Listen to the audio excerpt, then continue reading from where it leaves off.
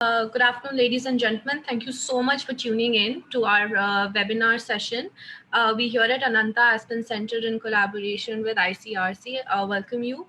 Our webinar today is on cyber after Corona. And as you know that conventional warfare is no longer an option and asymmetric warfare is the choice. So what we are looking at essentially is whether cyber is going to be the new domain and how much of a threat is it really, and how much investment do companies and individual different stakeholders and us as civil society need to do in cybersecurity.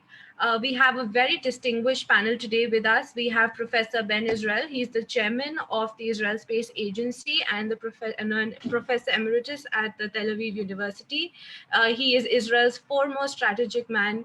And along with him, we have Mr. Menny Barzilay, who is the partner and co-founder at Herzog Strategic, and Mr. Josey George, who is the practice head at Wipro, and Mr. Ram Levy, who is the CEO at Konfida, Dr. Sundeep Oberoi, he's the head of cybersecurity group at TCS. And to moderate this session today, we have the fake news buster, the founder of IndiaSpend and Boom.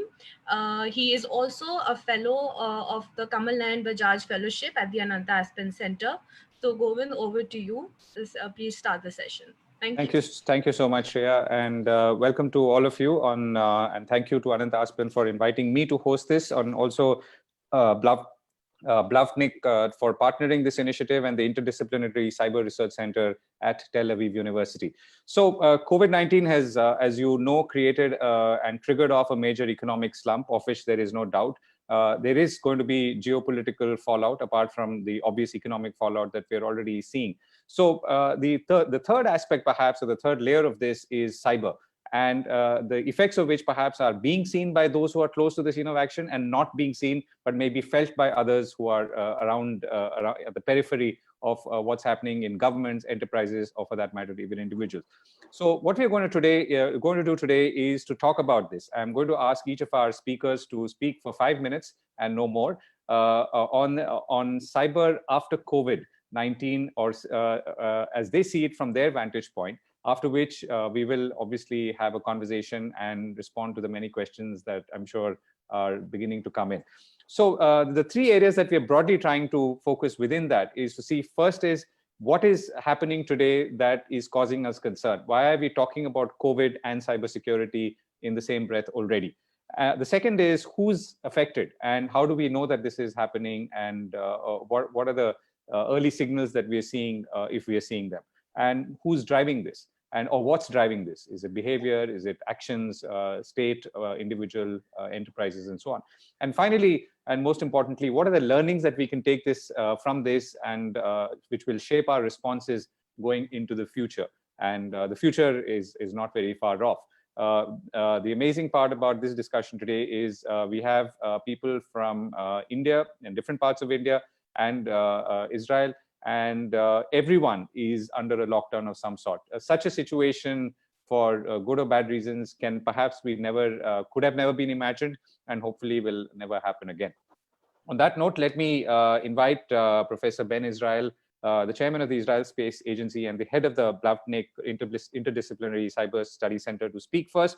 I'm also going to throw him a question. He's been on record of late speaking on COVID itself, not so much on not so much on the cyber part, which I'm sure he will. And you said, Professor Israel, that from your perspective, the disease or the spread of this virus is going to peak at 40 days, and in about 70 days, we should see a complete reduction of the spread. You were quoted saying this. So this was, I think, about 10 days ago. Are you still holding this view? And how are you seeing the spread of the virus now? Yeah, well, the start, of course, is different from, India and Israel and any other country. It starts in different times. But there is a very clear cycle. After 40, 45 days, it starts to the number of carriers, or the number of people that got the illness starts to decay. And then after 70, 80 days, something like this, 80 days, it goes not to zero, because it will never go to zero. I mean, we will have people dying or getting the disease, I think, for years now, until someone will find some immunization against it or any medical treatment. But if you take it in proportion, I think the virus is not, this one is not taken in proportion in any country in the world. It's not only India or Israel that have now lockdowns. The whole world, in a way, got a little bit crazy. If you take it in a proportion, it will not have, at the end of the day, it will not have more people dying out of it, more than what we have usually every year from similar diseases like flu or any problems of lungs and things like this. In Israel, for example, I know exactly until now we had something like 110 people dying. We have in Israel every day something like 120 people dying on the average for other reasons. And this 110 is the accumulated number from almost 2 months now since it started. Even in Italy, which got the disease in the most severe way, the number of people died from the COVID-19 is less than the number of people that died 2 years ago from normal flu in Italy, with the same distribution of ages and the same, almost the same behavior. And but you know, psychology, people many times think that psychological diseases are not spread. Right. You cannot be infected by psychological virus. This is a proof that this is not true. And we have to take it into account. The fact is that we all, I mean the whole world almost took very drastic steps to trying to because it's new, trying to stop this spread of the virus. And by this, we decided, I mean, the governments decided, it's not the virus, decided to lock down the economy. And in Israel, for example, until now, we already lost 8% of the GDP, 8% of the yearly GDP, which is a huge number. I mean, we didn't experience this even in real wars, and we had many wars in the past. And we are still in the middle of it. I guess that, let's say a month from now, 2 months from now, we will all say, okay, perhaps we took too stricter measures than we had, but because of the uncertainty, we didn't have any other option. Right. Okay, wonderful. Yeah, it is important if you want to talk about the future, what will be next, because some of the predictions that I have, and everyone here in I think I have the same, depends on the current picture that we have of the disease. It may not be as serious as we think, if we will realize a month from now that it was not so severe as we thought before. Now, we are now, I will take this Zoom meeting as a demonstration that now what we are doing now is almost done all over the globe, is replacing normal ways of communication. When we don't fly anymore, we don't meet, and we use the computerized communication, the internet, other networks, Zoom, you name it. This, of course, makes the dark side of computer technology stronger. I mean, by developing these technologies, we enable ourselves to talk, to communicate, but we open more opportunities for the bad guys to use it against us. And this Zoom technology is a very good example.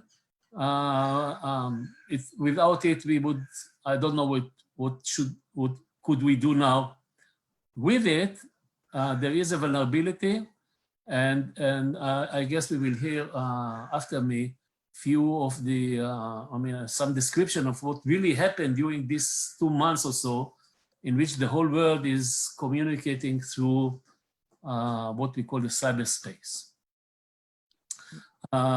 You said 5 minutes. Yeah, right. Okay, thank you very much for that. So let me ask Ram Levy to speak next. Ram Levy is a cyber expert who served as secretary for the Prime Minister of Israel's National Cyber Initiative and cyber advisor to the National Council for R&D. And he's also a trained fellow at the Tel Aviv, at the IDF Mamram Programming School. Ram, it's over to you. Thank you very much, and I'm very happy to be here. Over the last month, my company has produced the most comprehensive cyber corona report in the country.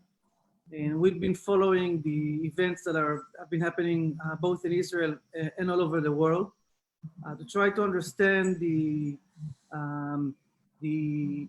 threats, the threat landscape, and how it has changed because of the corona crisis. And what I can tell you is a few things. First, in the beginning, we saw an increase in the amount of phishing attacks. But then over time, probably around 2 weeks ago, the number of phishing attacks has dropped. But what we saw is that the sophistication of the phishing attacks has increased, meaning we saw transitions of banking trojans from regular banking to attack themes that use the coronavirus panic into dragging people to download applications. We see more and more phishing attacks that are related to encouraging the panic. For example, phishing attacks coming from the US president or coming from the World Health Organization or from the United Nations and the FBI.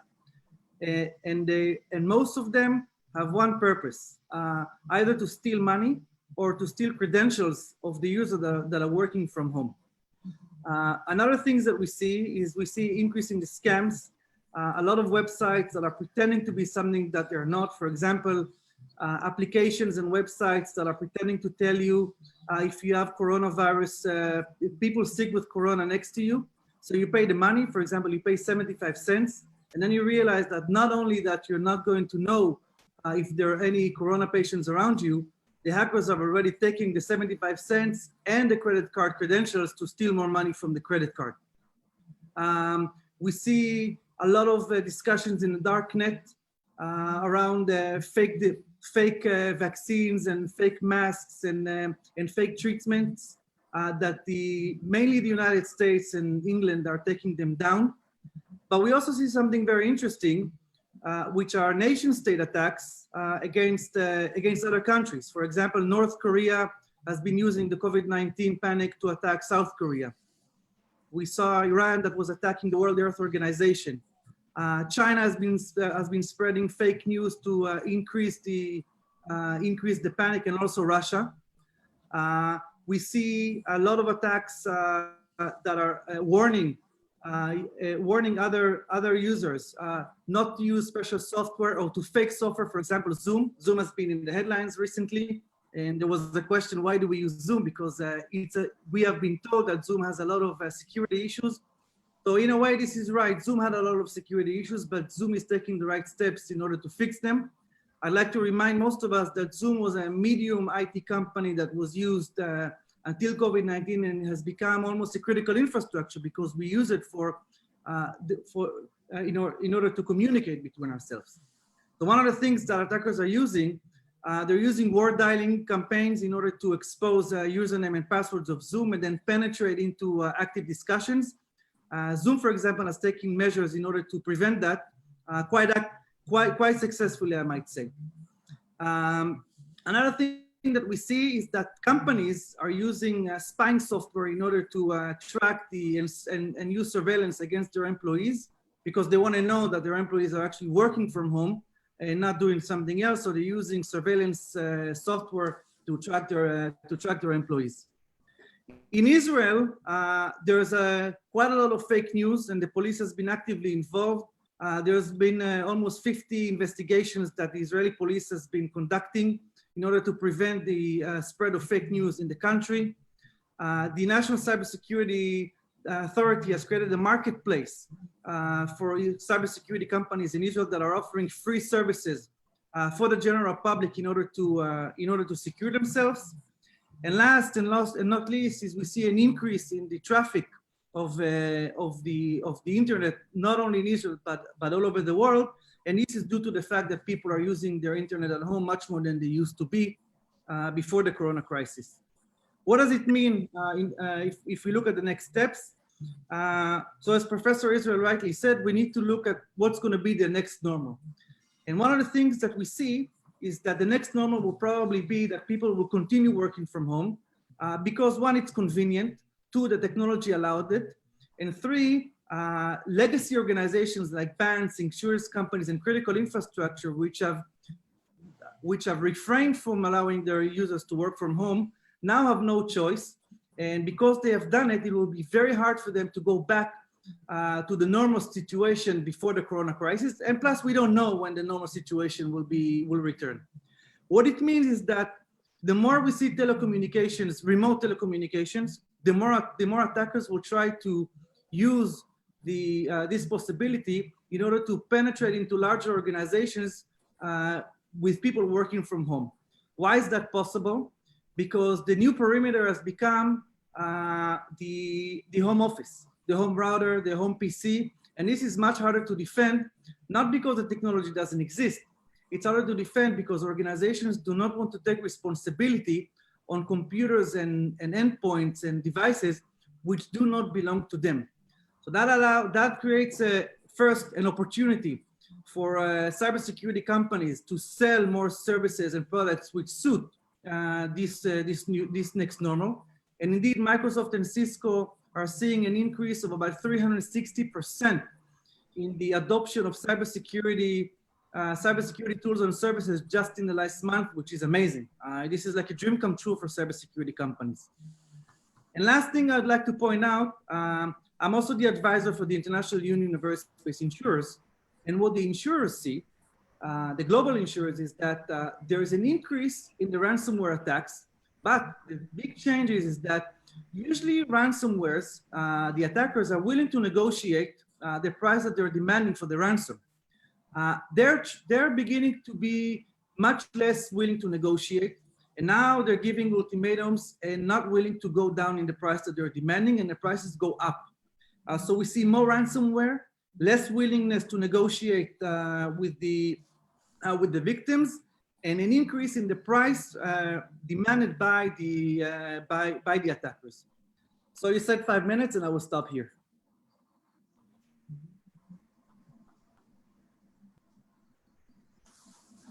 We don't hear you. The microphone. Right, sorry about that. So let me now go over to Dr. Sundeep Oberoi, Head of Cybersecurity Group at TCS. He's also a certified information system security professional and a member of the World Economic Forum Public-Private Cooperation Group. Sundeep, over to you. Thank you, Govind. So the thing I wanted to say was that when we looked at our business and the different verticals that we serve, different verticals have been impacted in different ways. So there are some verticals that have had a severe impact because their businesses depend on either people being present in factories or people coming out into stores and shopping. So these verticals like manufacturing, retail, travel, tourism, these people have been badly impacted. Whereas there are some other verticals like healthcare and online banking and telecommunication, which have seen a massive uptake in demand. So some verticals have suffered and some have had to very quickly provision a lot more IT infrastructure. And both of these have had their own challenges. The people who are impacted realize that they need to accelerate their digital transforms. So you can expect manufacturing to, in the downturn, in the post-COVID era, to do a lot more initiatives in remote manufacturing, a lot more of these kinds of things. And those verticals that have seen sort of an uptake in business, maybe they will see a small shrinkage from this peak, but it's likely that they again begin to see as a normal, a much larger level of remote work. Now, our own experience has been that while Ram did mention that there have been conservative sectors like banking and so on that have expected their IT systems to be run from physically very controlled areas, and they have preferred a kind of a development center with all kinds of physical controls. But over time, what has been happening is that in spite of all these controls, they've not slowed in the trend of virtualization of the interconnect infrastructure. So a lot of people were already using virtual desktop infrastructure in order to deal with the issue of having to manage uh, all kinds of end devices. And with the increasing trend of bring your own device, this trend and something that has loosely been called zero trust, better credential management, more micro segmentation, virtualization of devices, these things have slowly already been somewhere in the ecosystem. But honestly, if you ask me, one of the things that you also must appreciate is the scale. Actually, one of the things that we do have in India is scale, sheer scale in terms of number of people. And if you'd asked me just before, 2 months ago, can we move all the people that are working from offices, in access controlled development centers, can we in a matter of few days move them out to work from home simply as a logistics problem? Hundreds of thousands of people quickly being moved out. And if you'd asked me 2 months ago, I would have not taken this seriously. Just as, if before 9/11, if somebody had put to you the proposition, do you think somebody can actually get into a commercial airliner and fly it into a building? You probably wouldn't have taken it seriously, but you do now. And with this experience, we didn't do too badly. We realized that we didn't do too badly. We were able to do it. We were able to manage this. And that learning is going to play an important part in the business continuity plans of everybody going into the future. People are realizing there's a lot more remote work that's going to happen. And therefore, there's a lot more attention that we do need to pay to cybersecurity. We were in a way lucky that we had already started virtualizing our access infrastructure. So we had reduced our dependence on an unmanaged, uncontrolled device. And there are a lot of companies that had come up in this space, which would, even on your own device, create a small sandboxed area. And if Amazon or if AWS are to be believed, they've seen a huge amount of uptake in their, virtual desktop infrastructure and people wanting to do that. So we definitely see that as something that will happen. We will take this zero trust concept much further, and we will begin to virtualize our access. And in all these areas of this virtualized access chain, we will deploy more security controls, and that will be a reality. But with this is not the first time, this is not going to be the last time that we're going to carry out this kind of exercise. There may be other pandemics, this may come back. And the thing is that various governments have begun to believe that this works, there is a cost. Down the line, people are going to minimize that cost, and they're going to minimize it by more and more reliance on remote work of all kinds. So for cyber, that's a challenge and it's an opportunity, but we're going to increase the attack surface enormously. Right. Right. Okay. Thank you, Sundeep. May I request all our participants and audience to keep throwing your questions in on the Q&A that you see the Q&A box that you see at the bottom, so that we can collect the questions, and then it also allows us to bunch them together where feasible. Right. So let's keep moving. Now, let me invite Menny Barzilay, who's a partner and co-founder of Herzog Strategic, and he's a former CISO in the intelligence services of the Israeli Defense Force, and he has some interesting thoughts on fake news as well. So thank you very much, Menny. Go ahead. Thank you so much, and thank you so much for allowing me to participate in this panel. I think that the points that everybody raised up until now were amazing. I want to touch a different topic. I think that there are so many amazing things that happened today with cybersecurity, COVID-19, the fake news, state nation attacks, and so on and so forth. And I want to touch a different topic. I want to talk about cybersecurity and death rates. And what I want to argue is that cybersecurity industry should see the COVID-19 epidemic as a wake-up call. I think it's time for the industry to understand the extent of responsibility that sits on our shoulders. And this is because cyber attacks leads to people dying.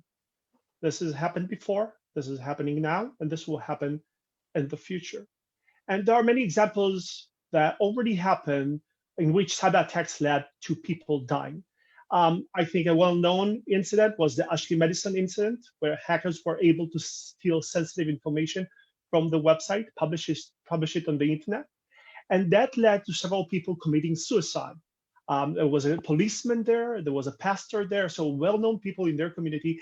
They couldn't bear the shame of this attack. They couldn't bear the shame of the information got leaked from the website, and they actually committed suicide. But I think a much more interesting case was proven by two universities in the United States. And what they wanted to see is that how cyber attacks affects hospitals.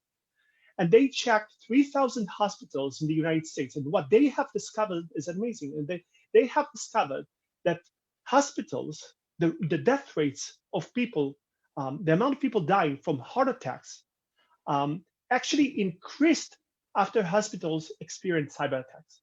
And the reason for that is that after a cyber attack, the hospitals implemented more advanced and more and greater security tools and the greater security controls. And that led to the amount of time that it takes the doctors to treat people with heart attack to be extended in 3 minutes. So the amount of time they took the staff in the hospital to treat people with ECG was almost 3 minutes more compared to what was the situation before the cyber attack. And this is a tribute to the fact that there are more cybersecurity controls in the hospital, but also for the fact that the change in the IT environment was not the people were not educated with the new IT environment, and they didn't know how to handle it. So usually for about 10,000 people, I think it was 20 more people died of a heart attack. Now, there are many other examples where cyber attacks leads to people dying. There was the case where the Russian took down the Ukraine power grid. And we know that when the power is down, people die. There was a case, there are more and more cases where sensitive information is being leaked and people commit suicide. And there are many, many other cases. One might argue that this is not a direct death because of the cyber attack. So we didn't attack someone's pacemaker. We didn't attack someone's car and made the car go into a wall. But what I would argue is that this is a direct effect of a cyber attack. So cyber attacks kill people. Now, during the COVID-19, what we see, and I want to build on what other people said, and Ram actually touched that, what we see is an interesting increase in ransomware attacks against hospitals. Now, it makes a lot of sense for hackers to do that, because what we see is that the hacking industry the hacking world has become an industry, and the hacking industry is acting like any other business venture out there. And what they're looking to do is they're looking to leverage situation where people will pay faster and larger amount of money. So hospitals right now are in a situation where if they are getting attacked, they will pay immediately. So it makes a lot of sense for the hackers to attack them with a ransomware attack. You know what? We saw that a few months back.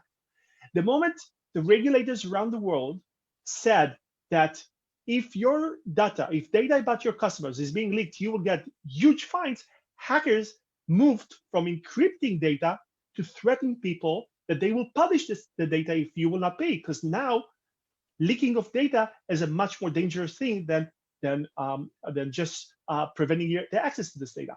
So that happened a few months back. Now, during the COVID-19, the biggest danger is your inability to access your network. So hackers move to that. And this is despicable. Obviously, hospitals are in the front for of dealing with the COVID-19. Those are, I think, the people that saves other people's lives. And the fact that the hackers attack them shows that there are no limits to what hackers would do.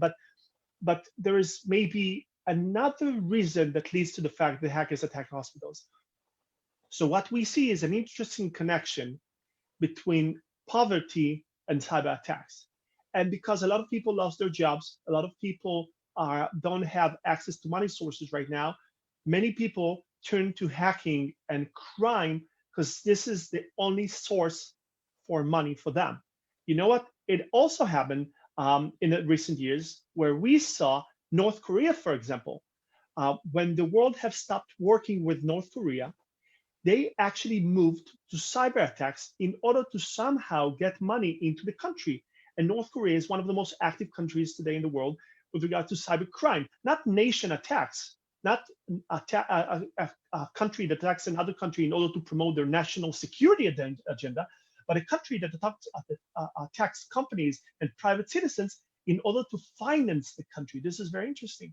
So now a lot of people are looking for new ways to make money. Many people are going into cybercrime, so we see an increase in that. Now, I don't think that cyber people understand how to deal with risks that might result in people dying.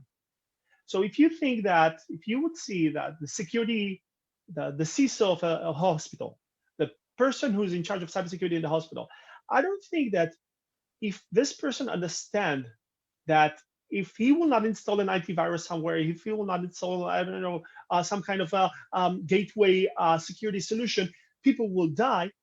I'm not sure that emotionally and skills-wise, he's ready to deal with that. And I think that the cybersecurity industry should evolve and should use this COVID-19 as a wake-up call. But something is going to happen.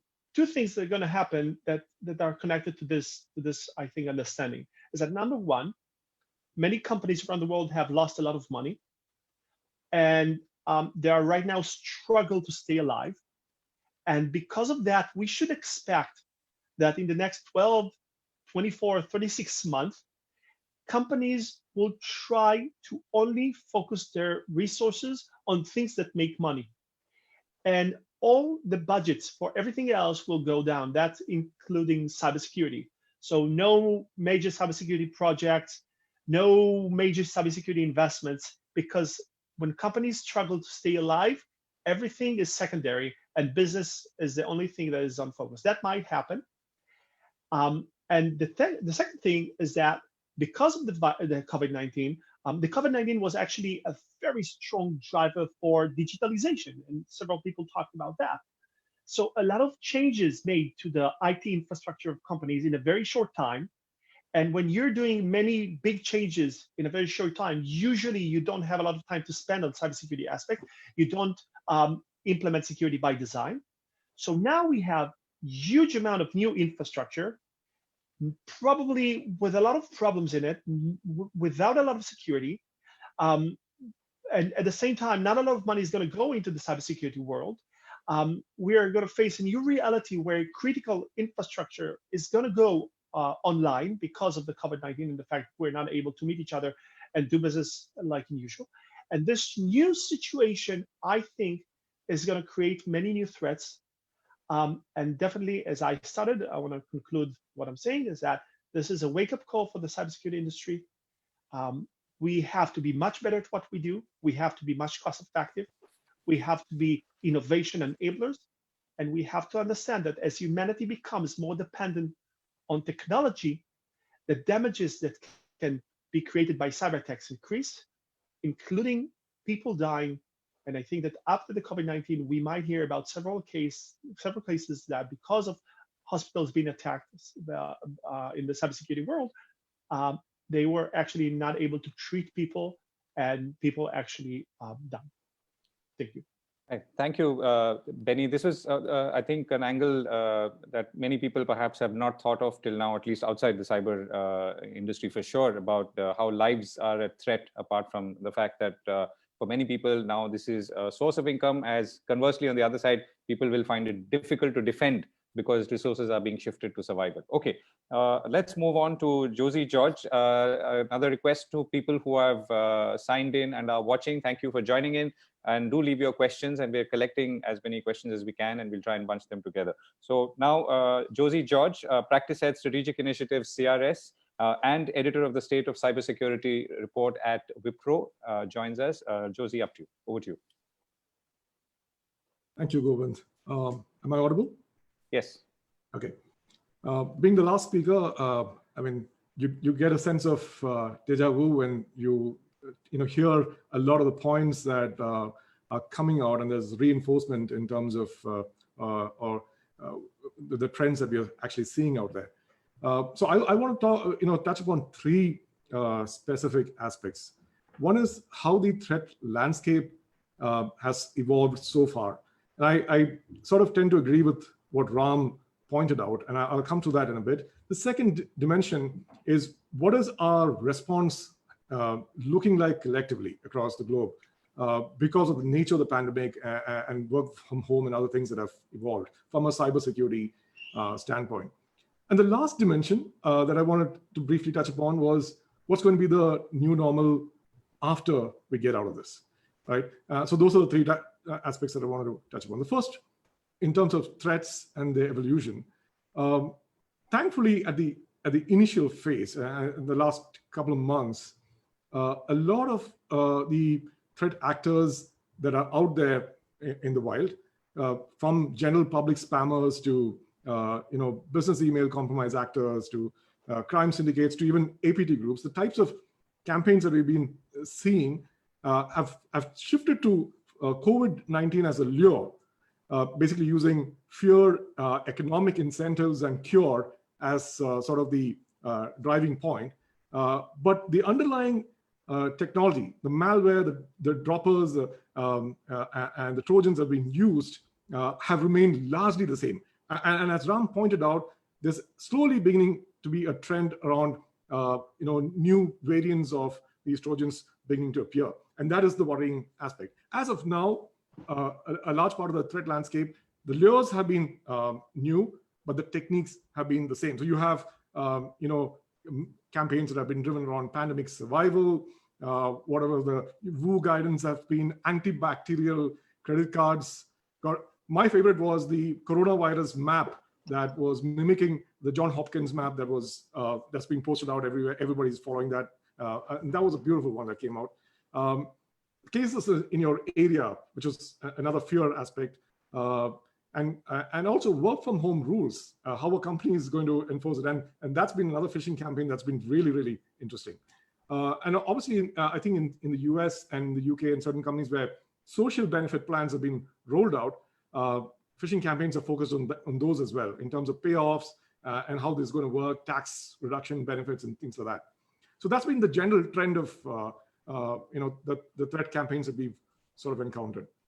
Of course, what Menny, I think, briefly referred to on information operations and fake news, that's also been an upswing. But I wouldn't treat it completely to be a pure play cyber issue. It's a much larger issue, so to speak. But then, but there's a whole bunch of things happening around there. Now, interestingly, while everybody is on a lockdown today, are cyber criminals also into the lockdown scenario? I think there was an editor from Bleeping Computing who went out into the deep web and asked questions like to threat actors out there, would you target hospitals in this time and go after them? And I believe 2 or 3 of them came back and said, no, we wouldn't as part of ransomware campaigns. But even if in the unlikely event that cyber criminals would develop an altruistic approach to this, there would be collateral damage. There would be hospitals that would be taken down. There would be medical devices that are on IoT, IOMT, or whatever they call it today, being affected eventually down the line, as very aptly pointed out by Menny in what he rolled out. Now, coming to the second aspect of what I want to touch upon, what has been the collective response so far? Obviously, the maturity of the response would vary from organization to organization, financial resources, and the ability to do that. But with work from home sort of, taking up a lot of the focus of organizations from an IT standpoint, from a security standpoint, and with a lot of the campaign shifting to COVID, many organizations have been focusing on user awareness campaigns. So making your normal end user aware of the kind of scams that are out there, not to click on them, whatever. It's at the end of the day, it's psychology. So mock phishing drills, we've been involved with a lot of them in terms of driving out these phishing drills inside organizations and making sure that people who click on them are, again, counseled and told to change their behavior. But what's also interesting to us is that because of the nature of this issue and the change that has been taking place in organizations, having people work from home, it has resulted in redirecting resources in different directions. And that has caused a lot of pressures on call centers, help desks, and stuff like that. For example, there have been many companies who have been shipping out desktops, from their traditional offices to homes. Obviously, you have to now fortify those desktops when they run inside an enterprise periphery as opposed to when you take it home. There's a lot of activity from an IT standpoint that needs to be done to enable that. But at the same time, people have been sometimes letting down on their security policies, making password policies a bit more weaker so that the number of calls that will come on into their call centers will reduce. Otherwise, it's just going to pile up like crazy. And these are practical issues on the ground, right? It's not that easy to sort of manage this.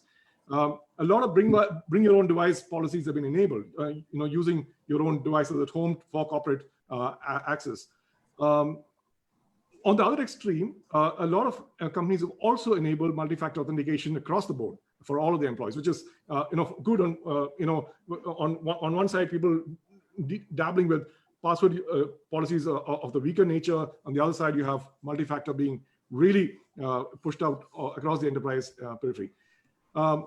One interesting dimension that we've been obviously seeing is the adoption of VPN. The enrollment for VPN has just been skyrocketing. And if you don't need any other data point to sort of validate that. If you look at just the share price of the remote access providers, the cybersecurity market, just look at them.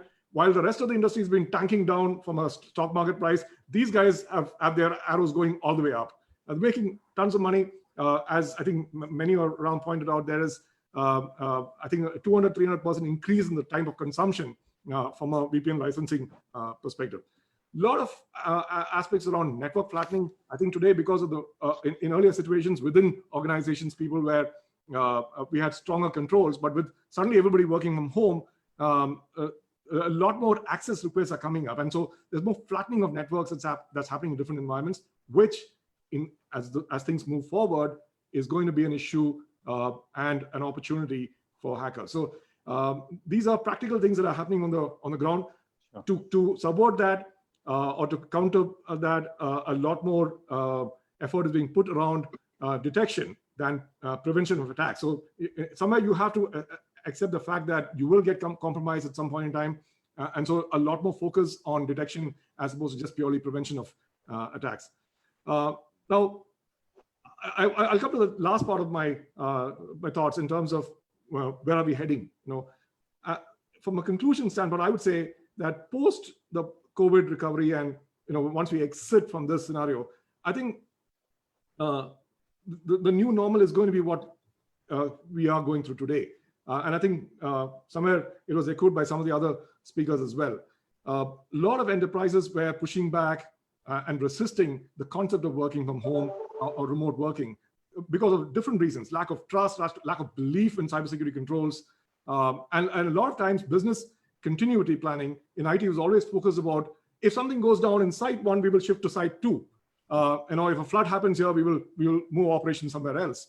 But something like this, where the entire populace is locked up at home, has changed the narrative. And has forced organizations to look at alternative ways of working. And as Kenny pointed out, this is going to bring about some of that change for good in terms of enabling. And I think Sundeep also pointed out very clearly that a zero trust model is going to be in the future way to look at cybersecurity controls. And I think that was a concept that was being pushed around as a hype for so long, and that it's not that's not easily realizable. But because of COVID, today you brought that down. You're putting all your controls around desktops and laptops that are residing at homes and enabling that access finally to organizational environments. So in a way, we are moving towards deperimeterization. It's not going to be the enterprise perimeter anymore. It's going to be, in the future, zero trust in a big way. And I'll stop here. Yeah. Back to you, Govind. Thanks, Josey. Thanks for that. We've all gone slightly over time, but that's fine. I think we've got some rich thoughts and insights. So let me come back to Professor Israel. So, we've largely talked about enterprise, and I think some of the speakers, Ram and Menny, talked about what happens when there are governments involved or states involved, or state actors with bad intentions involved. How are you viewing that part of the cyber threat landscape, Professor Israel? States who are likely to use this as a weapon, and particularly in an environment where maybe there is more slackness compared to ever before. Well, this is a question you could ask before the COVID-19. Yeah. Nothing changed. What really is going to change is the growing dependence of all the elements you mentioned: government, industry, rest of the other organizations, the growing dependence on computerized communication. So it's more a matter of scale than a new phenomenon. Now, it's the way I see it. Many said before, a few minutes ago, Menny said that because everyone will need money to cover the losses due to the corona, to the COVID-19, then people will be more concentrated in developing technology that makes money and less on cybersecurity technology, something like this. I disagree. I don't think so, because it may be temporarily so. You don't have money, you need to, but you can get a lot of money also because you offer something in cybersecurity technology and not other things. People realize now that it's a growing problem. Before 10 years ago, no one in the world spoke about cybersecurity. 1 year ago, before the corona, many already started, but still not as much as people speak about it today. And people are hurt today. And therefore, there is always, as I said, cybersecurity is the dark side of computer technology. Once this will grow, it will, there's no way, the technology, there's no way the dark side will not follow, because more computer technology means more dependence and therefore more vulnerability to cyber attacks. The problem is that if we speak about cybersecurity or computer technology, one generation is more or less, in cybersecurity, is something like 1 year. And it's very difficult, even without these uncertainties of the corona, etc. It's very difficult to predict anything in what will happen in cybersecurity technology, etc. Because before you finish the prediction, it's already one generation ahead, and it's very difficult to say something meaningful. But this means that also the education system, how do we, I mean, we have schools, we have universities, we teach people how to deal, how to make living in real life, and it will be changed. I mean, we will put more emphasis, and when I say me, I mean the whole globe, okay?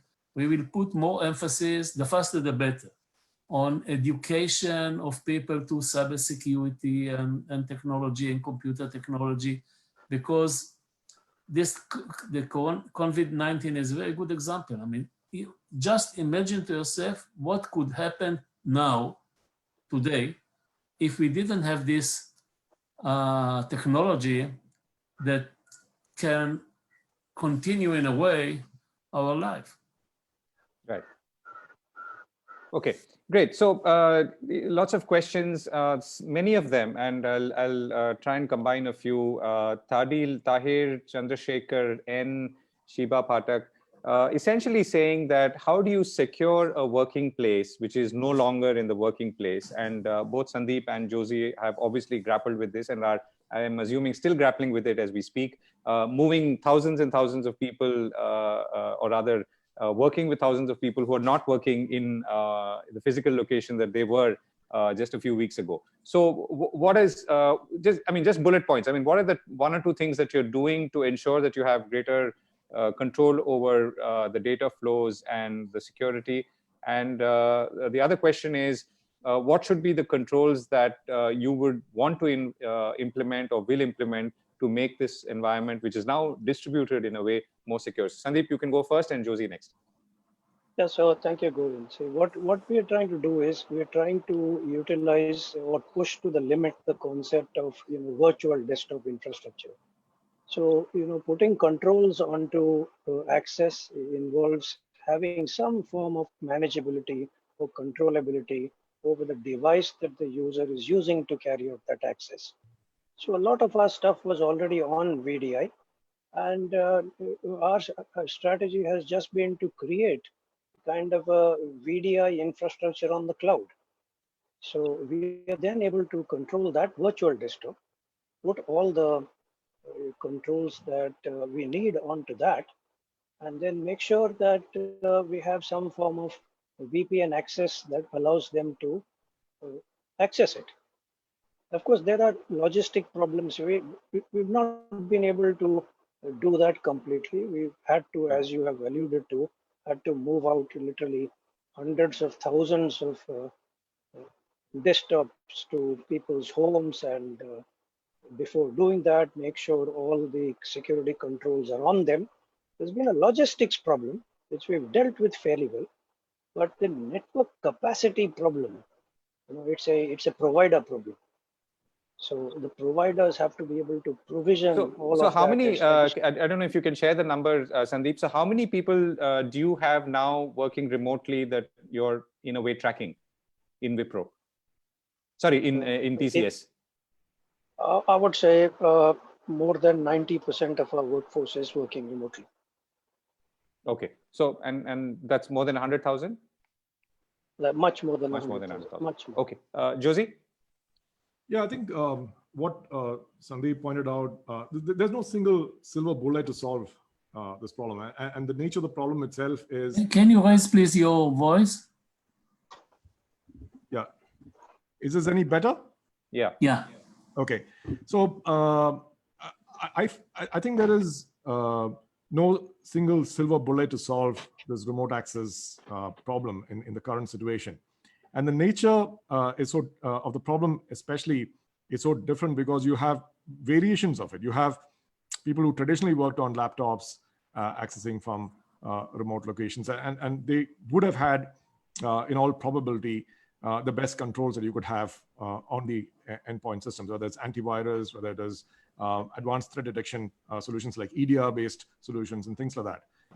You have to have data leak prevention solutions in place at the endpoint as well as the network to be able to catch any outflow outgoing data which is sensitive in nature. But because of the pandemic, you have now suddenly expanded your attack surface. You're also looking at desktops that resided inside your traditional perimeter. You shift them out, and suddenly you have to allow access into your network. And so that's where Sundeep talked about VDI being obviously one more layer of defense and an approach to sort of access data. But on the enterprise side, I think it's also been largely a capacity problem to suddenly accept so many different people trying to connect into your environment and access data. And that is where leverage of the cloud has been one of the big force multipliers to be able to enable the scale up at that pace. We could do it in a couple of days and have thousands of users suddenly access from remote locations and get into the network. So this is cloud infrastructure that you were not using earlier, and therefore now have had to invest in? We were using in smaller proportions, but we suddenly had to pay for a lot more licenses and have them, Okay. jump up.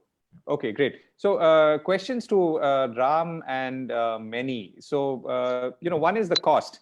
That there is obviously a threat and people want to invest against it. But if you're a small and medium enterprise, then how do you invest in the right protocols? And even small and medium enterprises have the same problem, which is if you had maybe 15 people working for you, those 15 people are working from elsewhere, and you could be working on something fairly sensitive. So Ram, do you want to take that? Yeah, we've actually analyzed this scenario, and not because of COVID-19, because of the change in the global regulation requiring small and medium businesses to invest in cybersecurity and cybersecurity and privacy by design. As a result of the changing regulation, mainly in Europe, GDPR, banking regulation requiring banks to manage their supply chain, and the fact that insurers have begun requiring the large corporations to manage their supply chain, their cybersecurity of their supply chain. And what we found out is that there is actually a problem.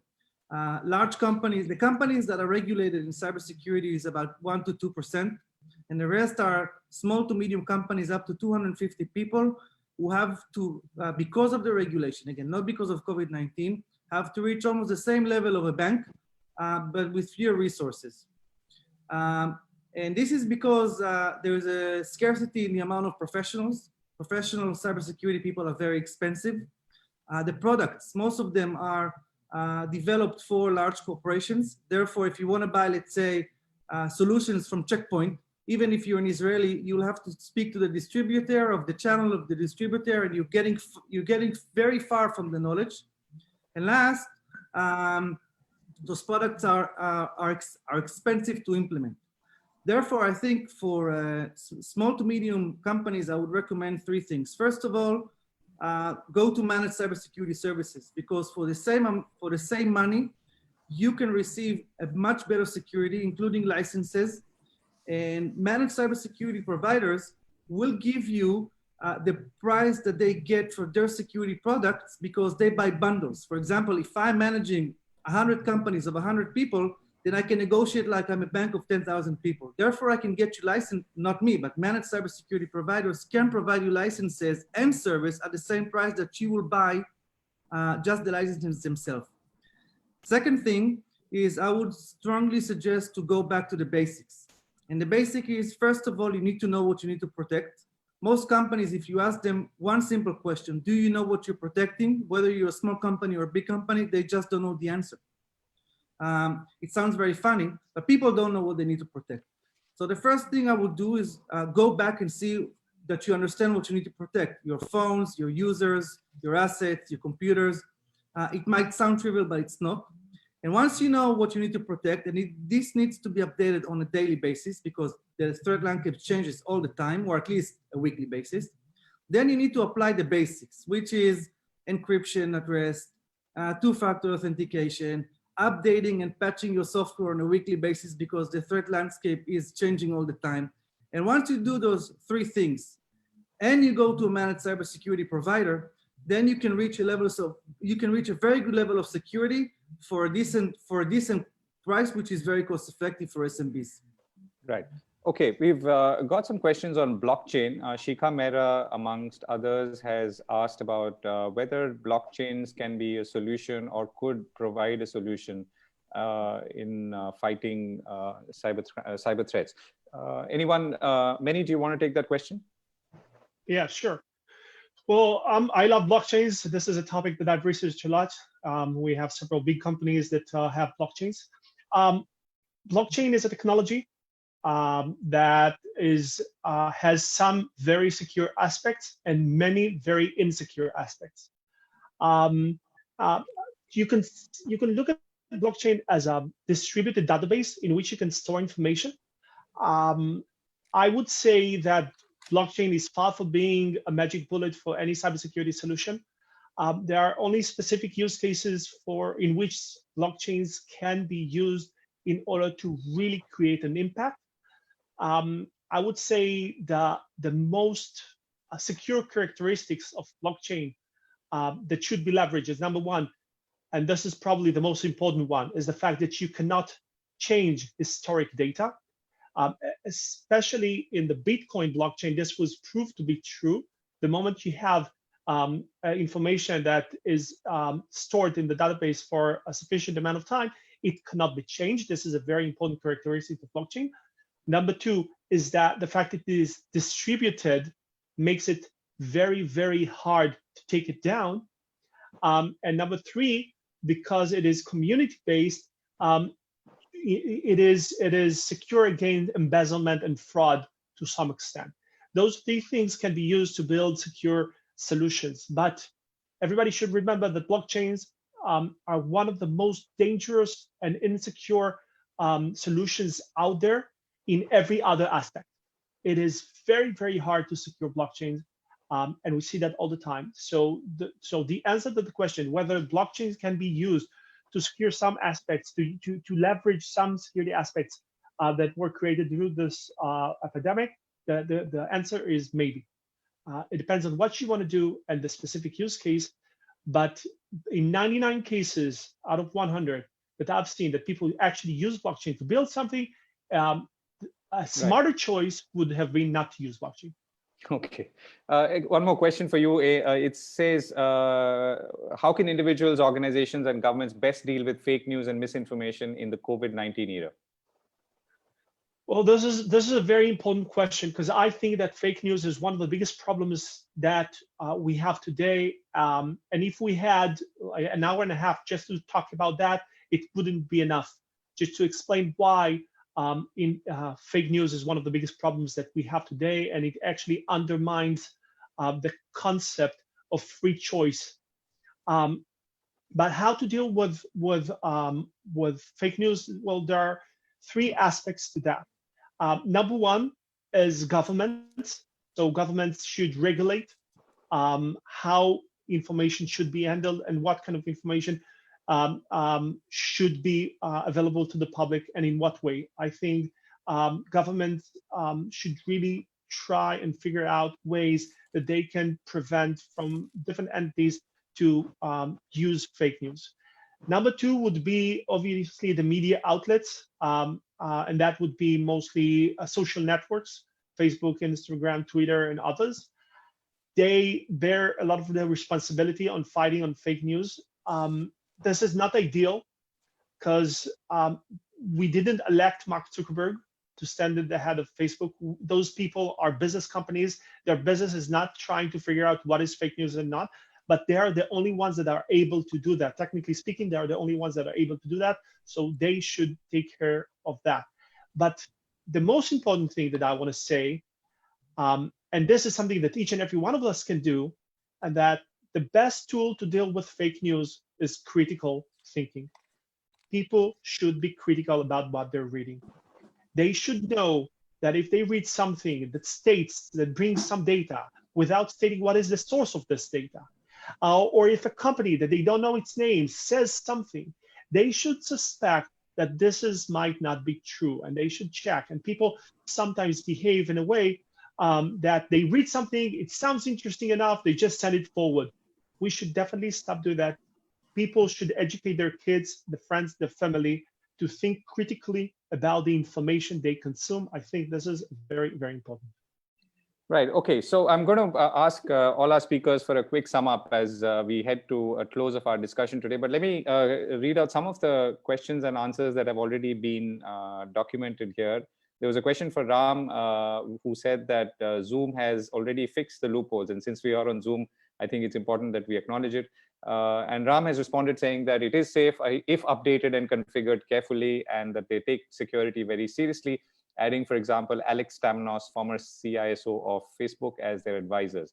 There was a question from Chandan Pani who asked which security technologies are coming back and which are taking a backseat. So Ram says two-factor authentication, VPNs, next generation EDR.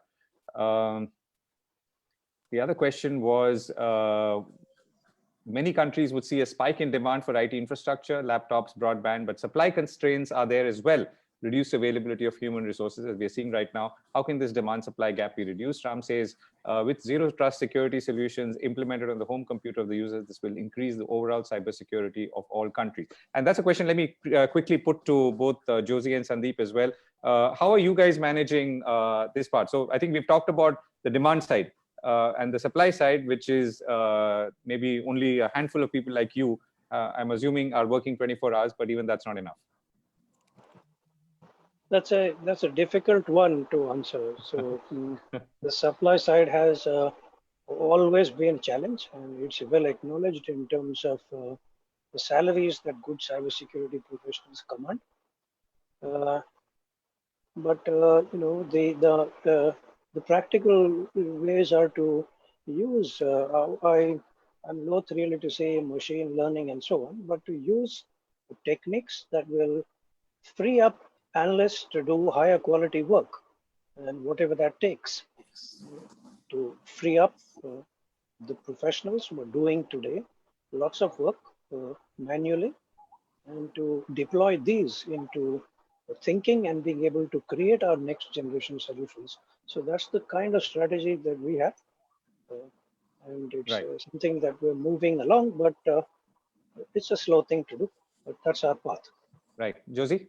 Yeah, I think on one side, automation to some extent has helped to sort of bring down that need for larger number of resources. And it's a trend where there are different types of platforms that are coming up that are enabling automation of repetitive tasks. You need a human mind to analyze certain types of problems, and to some extent, machine learning is fitting into that space. The other dimension is also a change in the way technology is also evolved. Earlier, in the early days, before cloud, it was all working in silos. You had endpoint engineers, you had network guys, you had server engineers, and so on and so forth. But with cloud and the advent of the three big players as CSPs, and the kind of interfaces that they sort of give you to manage them, it is becoming a lot more easier. So you don't need that many, you need more smart people, but you need them in lesser number of counts, sort of do that.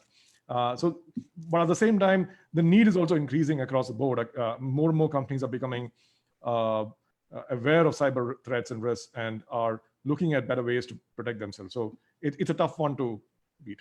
Okay, so I'm going to, as we head to close, I'm going to pose one question. Essentially, that is, what's the one thing in the COVID to post-COVID world that you would be most concerned about, and what are you going to, or what will you be doing to respond to that concern that you've identified? So, Ram, do you want to go first?